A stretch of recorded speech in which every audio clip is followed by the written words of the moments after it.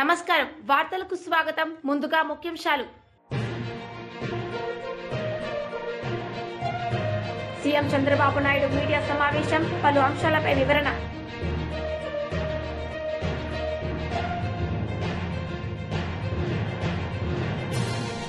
YCP leader media సమావేశం నిర్వహించారు సందర్భంగా సీఎం చంద్రబాబు నాయుడుపై ఫైర్ అయ్యారు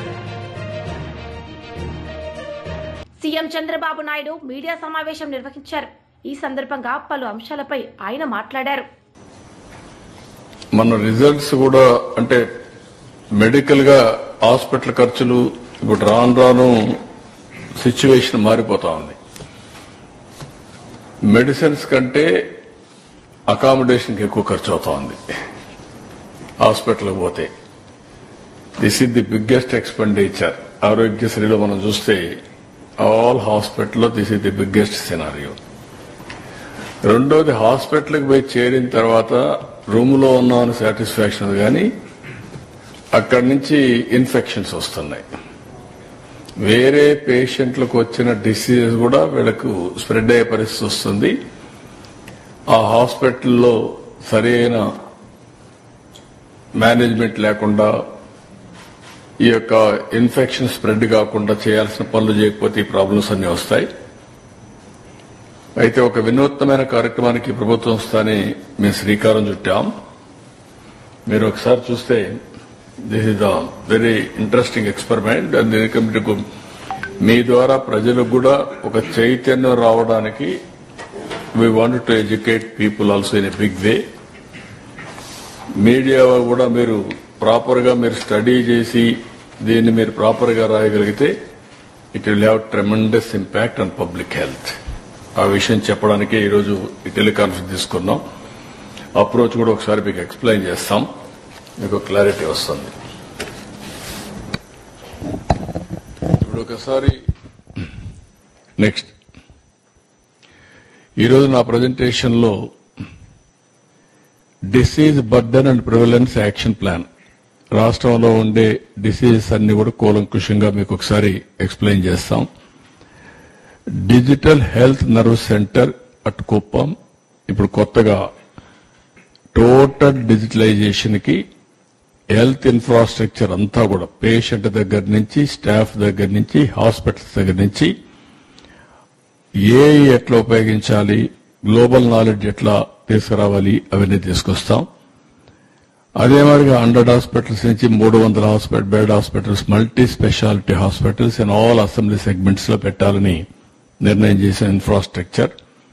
ఫైనల్ గా అమరావతిలో కూడా ఒక మెగా గ్లోబల్ మెడిసిటీ ప్రాజెక్టు పెట్టాలని, బెస్ట్ హాస్పిటల్స్ అన్నిటికి వచ్చి హెల్త్ టూరిజానికి కూడా ఉపయోగపడే విధంగా చేయాలనేది ఒక ప్రపోజల్. ఈ 4 ఎక్స్ప్లెయిన్ చేస్తాం. నెక్స్ట్ ఇక్కడ మీరు చూస్తే దిస్ ఈజ్ ఇంపార్టెంట్ స్లైడ్. ఈ రాష్ట్రానికి ఉపయోగపడే ఇది ప్రతి ఒక్కరు గుర్తుపెట్టుకోవాల్సిన అవసరం ఉంది. కార్డియోవాస్కులర్ డిసీజ్ చూస్తే 18 నుంచి 22% ఉంది. అంటే 18 నుంచి 22% ఈ యొక్క ఒక డిసీజ్ కార్డియోవాస్కులర్ డిసీజ్ వస్తున్నాయి. దీనికి కారణం కూడా మీరు చూస్తే హైపర్ టెన్షన్, అదే మాదిరిగా ఇసమిక్ హార్ట్ డిసీజెస్, స్ట్రోక్ ఇవన్నీ వచ్చే పరిస్థితి వస్తుంది. ఈ ప్రిడామినెంట్ గా ఎక్కడున్న టాప్ 3 డిస్ట్రిక్ట్స్ చూస్తే కోనసీమ, కాకినాడ, ఎన్టీఆర్ జిల్లాలో ఎక్కువ ఉంది. అదే మరి డయాబెటీస్ మిలిటస్ చూసినప్పుడు 12 నుంచి 15% ఉంది. High prevalence due to life styles, food దగ్గర నుంచి మన లైఫ్ స్టైల్స్ వల్ల వస్తా ఉంది. గుంటూరు, ఎన్టీఆర్, కృష్ణ ఇక్కడ హై బర్డన్ డిస్ట్రిక్ట్స్ ఇవి. రెస్పిరేటరీ డిసీజ్ చూస్తే 10 to 12% వస్తా ఉంది. COPD, asthma, pneumonia linked to air pollution, smoking తో వస్తున్నాయి. ప్రకాశం, కర్నూలు, అనంతపూర్ ఎక్కువ ఉంది. Infectious diseases 9 to 11%, TB, diarrheal diseases అన్ని Srikakulam, Vizianagaram, Kadapa chronic kidney diseases చూస్తే 6 to 8% ఉంది, 6 నుంచి 8. ఇది రావడానికి కారణం hyper tension, diabetes and toxins in water. ఇది ప్రకాశం, నెల్లూరు, చిత్తూరు. క్యాన్సర్ చూస్తే 5 to 7% ఉంది. Survival, breast and oral cancer ఇవన్నీ కూడా majority tobacco related. Guntur, Krishna, Visakhapatnam. అదే సమయంలో మెటర్నల్ అండ్ చైల్డ్ హెల్త్ చూస్తే 5 to 6%. Anaemia, pre term births, mall nutrition, దీనికి కూడా విజయనగరం, శ్రీకాకుళం, అనంతపురం ఉంది. మెంటల్ హెల్త్ డిజార్డర్స్ ఇది కూడా రాను రాను టెక్నాలజీ పెరగడం లాంటి ఇవన్నీ సమస్యలు వస్తున్నాయి. ఇందులో కూడా 4-5% మీరు చూస్తే depression, anxiety, alcohol use disorders ఇది కూడా విశాఖపట్నం, విజయవాడ, కడప ఎంత వస్తున్నాయి. వెక్టర్ బార్న్ డిసీజెస్ ఇవి కమ్యూనికబుల్ డిసీజెస్ అన్ని కూడా మనం చూస్తే 3 to 5%. డెంగ్యూ, మలేరియా, చికెన్ గునియా ఇవన్నీ వస్తున్నాయి. ఏఎస్ఆర్, విశాఖపట్నం, ఈస్ట్ గోదావరిలో ఎక్కువగా వస్తున్నాయి. రోడ్ ట్రాఫిక్ ఇంజరీస్ కూడా 3 to 4% ఉన్నాయి. High fatalities due to poor road safety. YCP leader media సమావేశం నిర్వహించారు. సందర్భంగా సీఎం చంద్రబాబు నాయుడుపై ఆయన మండిపడ్డారు. 2 సంవత్సరాలు 180 రూపాయలు ఉంది, కాదు ఇలా కాదు, మీరు మళ్లీ రేటు పెంచండి, గవర్నమెంట్ రేట్ అనేది ఒకటి ఫిక్స్ చేయండి అని ఆనాటి ముఖ్యమంత్రి వైఎస్ జగన్మోహన్ రెడ్డి గారి ఆదేశాల మేరకు 100 కౌంట్ 210 రూపాయలు చేయడం జరిగింది. ఎక్కడా కూడా 240 రూపాయలు 100 కౌంట్ డౌన్ అవ్వకుండా ఆ 2 సంవత్సరాలు కూడా మేము కాపాడడం జరిగింది. అలాగే ఇవాళ ఆ రోజుల్లో ఫీడ్ 3 సార్లు పెంచడానికి ఇవాళ ఫీడ్ కంపెనీలన్నీ కూడా ఏకమై 3 సార్లు రేటు పెంచడానికి ప్రయత్నిస్తే 3 సార్లు కూడా మేము ఆ ఫీడ్ రేట్ను తగ్గించడం జరిగింది. ఇలాగ వైఎస్ జగన్మోహన్ రెడ్డి గారు ముందు చూపుతో ఆక్వా రంగాన్ని ఎంతో ముందుకు నడపడం జరిగింది. అలాగే ఇవాళ ఏదైతే వరిలో గాని మొక్కజొన్నలో గాని ఏదైతే కొత్త వంగడాలు వస్తాయో ఆ విధంగా ఆక్వా రంగంలో కూడా కొత్త విధానాలు రావాలని చెప్పి నర్సాపురంలో ఆక్వా యూనివర్సిటీ ఏర్పాటు చేయడం జరిగింది. అలాగే ఆక్వా రంగంలో ఉన్నటువంటి ఆక్వా రైతులందరూ కూడా చెన్నై వెళ్లి తమిళనాడు అక్కడ టెస్టులు అవి చేయించుకోవడం కష్టతరం అవుతుందని చెప్పి విశాఖ జిల్లా నక్కపల్లి మండలం బంగారుగూడెంలో బిఎంసి సెంటర్ ని ఓపెన్ చేయడం జరిగింది 30 కోట్లలో. ఇవాళ ఆక్వా రంగాన్ని ముందు చూపు తీసుకెళ్లే విధంగా ఈ రకంగా చేయటం జరిగింది.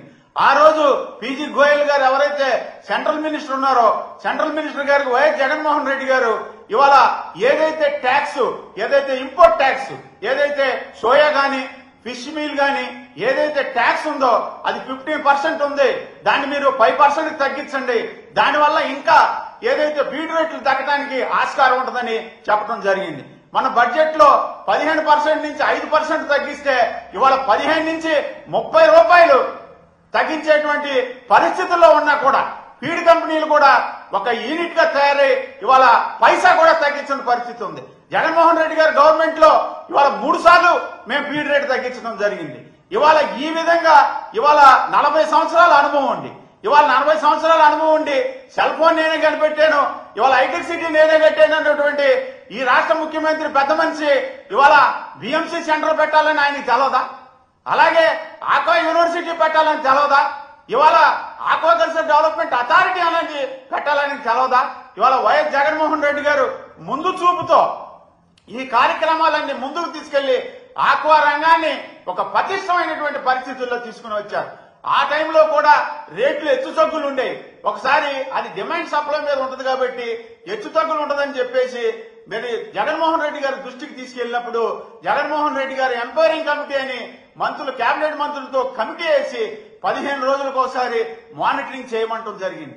అలాగే ఆనాటి ముఖ్యమంత్రి వైఎస్ జగన్మోహన్ రెడ్డి గారి ఆదేశాల మేరకు ఇవాళ డిమాండ్ సప్లై మీద మనం ఆధారపడి ఉండకూడదు, ఇవాళ లోకల్ కన్జ్యూమ్ మార్కెట్ ని మీరు పెంచాలి, లోకల్ కన్జ్యూమ్షన్ బాగా పెంచాలనే ఉద్దేశంతో ఫిష్ ఆంధ్ర అనే పేరుతో ప్రాన్ అండ్ ఫిష్ ఫెస్టివల్స్ ఈ రాష్ట్రంలో 22 సార్లు ఇవాళ ఫిష్ అండ్ ప్రాన్ ఫెస్టివల్ పెట్టడం జరిగింది.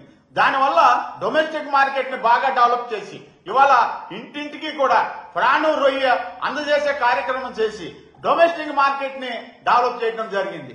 అలాగే ఎన్నో విధాలుగా ఇవాళ ప్రాన్ అండ్ ఫిష్ ఫెస్టివల్ అని చెప్పేసి 18 సార్లు ఈ రాష్ట్రంలో ప్రాండ్ ఫెస్టివల్స్ పెట్టి ఫిష్ ఫెస్టివల్స్ పెట్టి ఇవాళ చెందటం జరిగింది. అలాగే నాగాలాండ్, అస్సాంలో ఇవాళ మన ఫిష్ ఏదో మన ఫిష్ లో ఏదో కలుపుతున్నామని చెప్పి దుష్ప్రచారం చేస్తే ఇవాళ రోడ్లంతా కొన్ని వేల టన్నులు ఆగిపోయే పరిస్థితి ఉంటే జగన్మోహన్ రెడ్డి గారి చొరవతో అప్పుడు కేంద్ర ప్రభుత్వంతోని, మేఘాలయ గవర్నమెంట్ తోని, అస్సాం గవర్నమెంట్ తో మాట్లాడి 24 గంటల్లో ఆ చేపల లోడ్లన్నీ కూడా ఆ రాష్ట్రానికి తీసుకెళ్లి అక్కడ అమ్మకాలు చేయడం జరిగింది.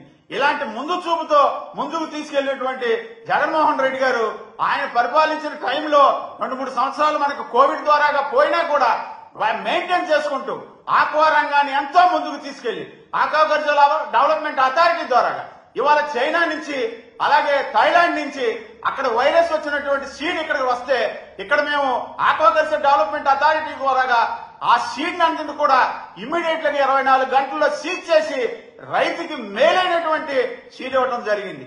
అలాగే ఏదైతే టైగర్ ప్రాన్ సీడ్ ఉందో ఇవాళ ఒంగోలు, నెల్లూరు, ప్రకాశం జిల్లాల్లో మోనోడాన్ అనేటువంటి సీడు అక్కడ నష్టపోయి రైతులందరూ కొన్ని లక్షల రూపాయలు నష్టపోతే ఆ నష్టాన్ని అన్నింటి కూడా ఆక్వాకల్చర్ డెవలప్మెంట్ అథారిటీ ద్వారా ఆ నష్టాన్ని అంతా కూడా పూడ్చి మళ్లీ వాళ్ళకి కొత్తది హ్యాచరీ ఇచ్చి సీడ్ ఇచ్చి వాళ్ళని డెవలప్మెంట్ చేయడం జరిగింది. ఎన్నో విధాలుగా ఆక్వా రైతుల్ని ఆదుకోవటం జరిగింది. ఇవాళ ఏదైతే ఈ రాష్ట్ర ప్రభుత్వం, కూటమి ప్రభుత్వం, పవన్ కళ్యాణ్ గారు గాని, చంద్రబాబు నాయుడు గారు గాని ఏదైతే 974 కిలోమీటర్ల రేడియస్ లో మనకి ఈ ఆక్వాకల్చర్ సముద్ర తీరం ఉందో ప్రతి నియోజకవర్గంలో కూడా మేము మా ప్రభుత్వం రాగానే మేము 100 నుంచి 200 రూపాయలు ఫీడ్ రేటు తగ్గిస్తాం. అలాగే నాన్ ఆక్వా జోన్ కాకుండా మేము యూనిట్ ధర ₹1.50 ఇస్తామని చెప్పి ఇవాళ 10 నెలలు గడుస్తున్నా కూడా పైసా ఇవ్వని పరిస్థితుల్లో ఉంది. ఇవాళ బడ్జెట్ లో కూడా నాన్ ఆక్వా జోన్ కి ఇవాళ ₹1.50 సబ్సిడీకి ఎంత డబ్బులు ఎలిగేషన్ అవుతుందో, ఎంత డబ్బులు మేము ఈ రైతులకి ఇస్తున్నామనే చెప్పలేని పరిస్థితి. రాష్ట్రంలో చదువుకున్న ప్రతి యువతీ యువకుడికి ఉద్యోగ ఉపాధి అవకాశాలు కల్పించి వారి బంగారు భవిష్యత్తుకు బాటలు వేసేందుకు కూటమి ప్రభుత్వం సమగ్ర ప్రణాళికతో ముందడుగులు వేస్తోందని Kadapa urban development chairman, railway Kodur TDP party in-charge Mukka Rupananda Reddy, ప్రభుత్వ విప్ రైల్వే కోడ్ శాసనసభ్యులు అరవ శ్రీధర్ అన్నారు.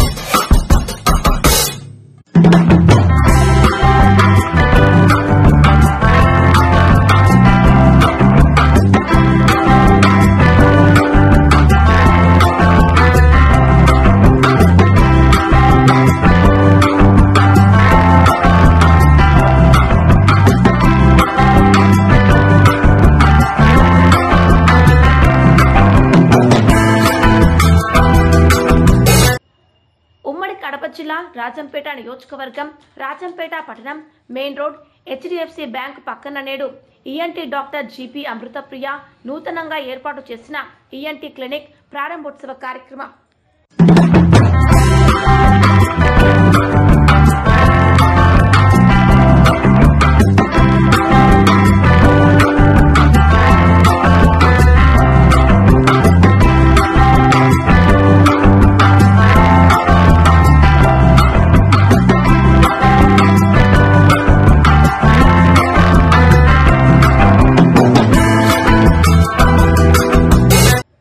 మాజీ మంత్రి పేర్ని నాని మీడియా సమావేశం నిర్వహించారు. ఈ సందర్భంగా సీఎం చంద్రబాబు నాయుడుపై ఆయన మండిపడ్డారు. గడిచిన 10 నెలలుగా వారి ప్రభుత్వం ఏర్పాటు చేసుకున్నటువంటి 10 నెలలుగా అదే మద్యాన్ని గ్రామాలలోని పచ్చ చొక్కా నాయకుల మొదలు ఎమ్మెల్యేలు, మంత్రులు, ప్రభుత్వ అధినేతలు నీతి గాని లజ్జ గాని ఈషన్ మాత్రం లేకుండా మద్యాన్ని పాడికొండలాగా మార్చుకున్నటువంటి పరిస్థితులు ఇవాళ మనందరం చూస్తున్నాం. వైఎస్ఆర్ కాంగ్రెస్ పార్టీ ప్రభుత్వం ఉన్నటువంటి చివరి సంవత్సరంలో మరీ నీచంగా వైఎస్ఆర్ కాంగ్రెస్ పార్టీ ప్రభుత్వమే కల్తీ మద్యాన్ని వినియోగదారులకి అమ్ముతుందని చంద్రబాబు నాయుడు గారు, పవన్ కళ్యాణ్ గారు, లోకేష్ గారు పచ్చ ఛానళ్లు, పచ్చ పత్రికలు పెద్ద ఎత్తున తప్పుడు ప్రచారం చేసిన సంగతి మనందరం కూడా ఇంకా మర్చిపోలేదు.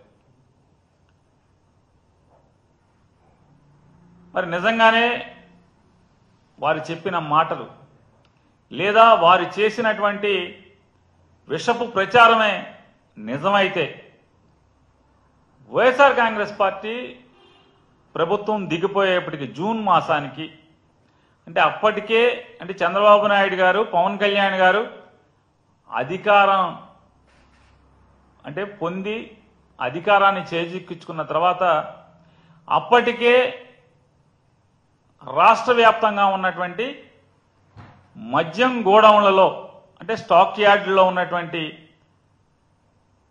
మరి మద్యాన్ని అంటే మీరేమో తప్పుడు ప్రచారం చేస్తారు, విష ప్రచారం చేస్తారు, మేము కల్తీ మద్యం అమ్మామని చెప్పని.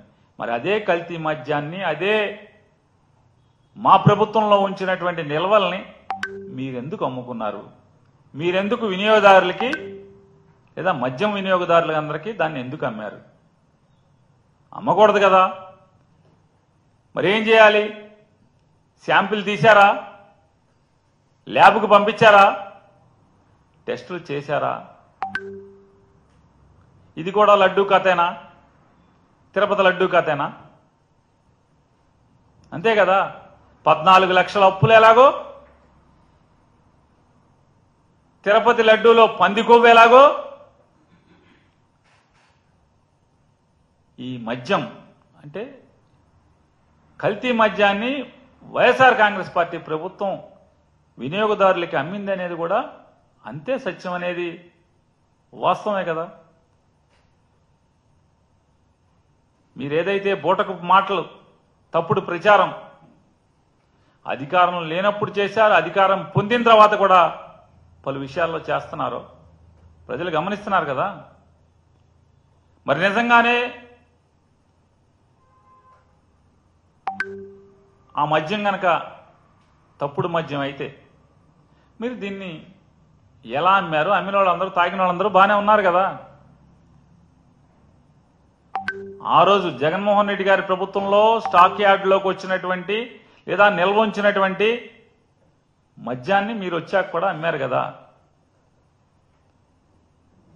పరీక్షలు చేయించరు, చేయించాలి కదా. మీరు నిజాయితీ పరులైతే, మీరు నిజం మాట్లాడుంటే కనుక చంద్రబాబు నాయుడు గారు, పవన్ కళ్యాణ్ గారు మీరు ప్రమాణ స్వీకారం కంటే కూడా చేయక ముందే 4వ తారీఖు గెలిచారు. ప్రమాణం వెంటనే చేయలేదు మీరు.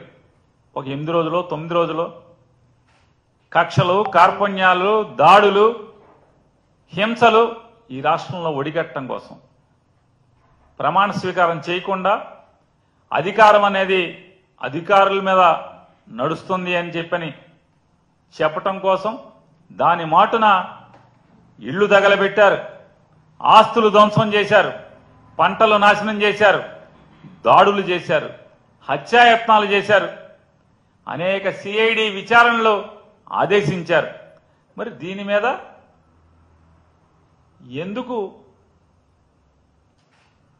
ఇది కల్తీదా కాదా అనేది ఎందుకు శాంపిల్ టెస్ట్ చేయించి విచారణ చేయించలేదని చెప్పనేది నేను ప్రశ్నిస్తున్నాను. మీరేదైతే తప్పుడు ప్రచారం చేశారో వైఎస్ఆర్ కాంగ్రెస్ పార్టీ ప్రభుత్వం ఉండగా నాసి రకం కల్తీ మద్యం ప్రజలకు ఇచ్చారు అని చెప్పని ఏ ఒక్క డిస్టిలరీనైనా మీరు బ్యాన్ చేశారా? 20 డిస్టిలరీలు ఉన్నాయి ఈ ఆంధ్రప్రదేశ్ రాష్ట్రంలో. ఈ 20 డిస్టిలరీలు కూడా చంద్రబాబు నాయుడు గారి ప్రభుత్వం ఏర్పాటు చేసినవి తప్పితే జగన్మోహన్ రెడ్డి గారి ప్రభుత్వం ఏర్పాటు చేసిన ఒక్క కొత్త డిస్టిలరీలు కూడా మా ప్రభుత్వంలో ఒక్క కొత్త డిస్టిలరీని కూడా ఇవ్వలేదు. 2015-19 మధ్యలో చంద్రబాబు నాయుడు గారు మీరు మంజూరు చేసినటువంటి దగ్గర దగ్గర 16 డిస్టిలరీలు కొత్తవి మీరు మంజూరు చేసినట్టున్నారు. అంతకుముందు రాష్ట్రం విడేపటికి ఒక 3-4 డిస్టిలరీలు ఉన్నట్టున్నాయి. ఈ డిస్టిలరీలో ఎక్కడన్నా ఒక్కటైనా. వార్తలు ముగించే ముందు ముఖ్యాంశాలు మరోసారి. సీఎం చంద్రబాబు నాయుడు మీడియా సమావేశం, పలు అంశాలపై వివరణ.